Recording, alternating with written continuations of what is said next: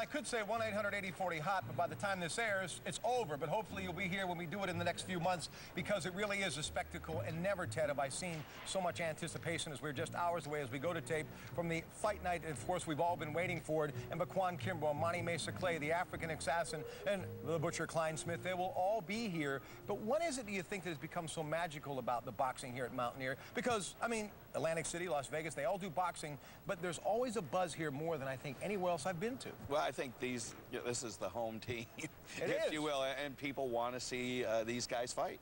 They're good young guys. We've got guys who aren't in trouble, who are really working hard. You look at Verquan, he had to show some of his own heart. He had a very bad fight, came back the next fight, knocked guy out in 30 seconds because he trained, just like you said. Tommy got a hold of him, trained differently, really worked on his strength.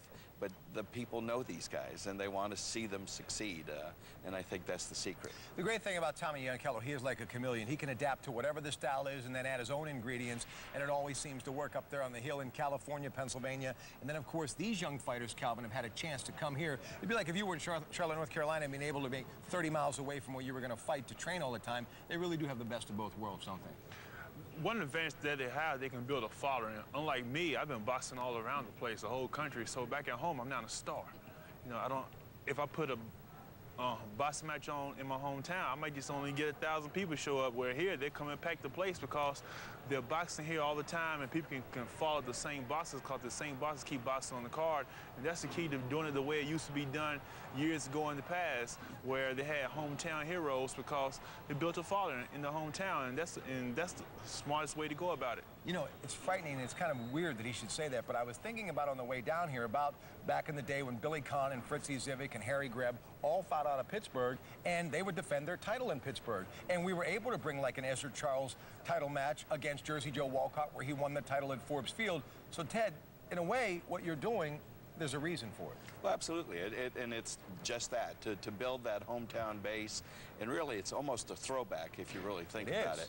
And it gives these guys the same kind of feeling that any of the hometown athletes feel when they walk out on their field and they see their fans and they've got their following. But eventually you have to branch out like Calvin has and fight all over the world. I mean, you fought outside at Caesars. You don't get any better than that. That's big. Unless you're inside, it's at Binions, of course. It's got to be opinions.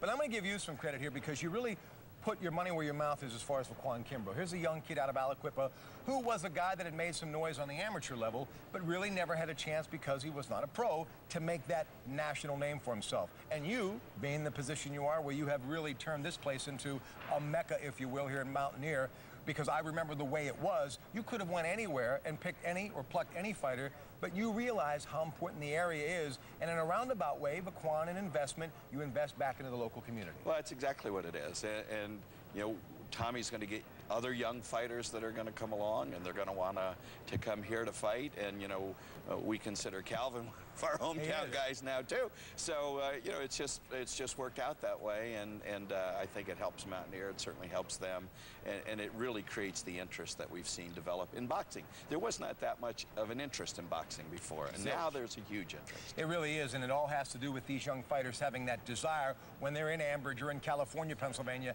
to have a chance to fight here on the main stage, whether it be in the ballroom or have this ultimate experience being here at the Harv, which really you can only say it was like that opportunity back when the Duquesne Gardens and Forbes Field had fights. It has never been this way before. Calvin, I want to wish you the best of luck. Thank you, Robert, so much. A class act, and thank you. Part of our family, and of course, when he gets the title shot, just say it's your brother on the phone, because I'll also be asking for a couple of seats ringside. Calvin Brock, Ted Arnaud. When we come back, Tommy Yankello. He, of course, is the master behind all of these young fighters, and what he has done with them, it's Tommy's way, and that's next on FSN.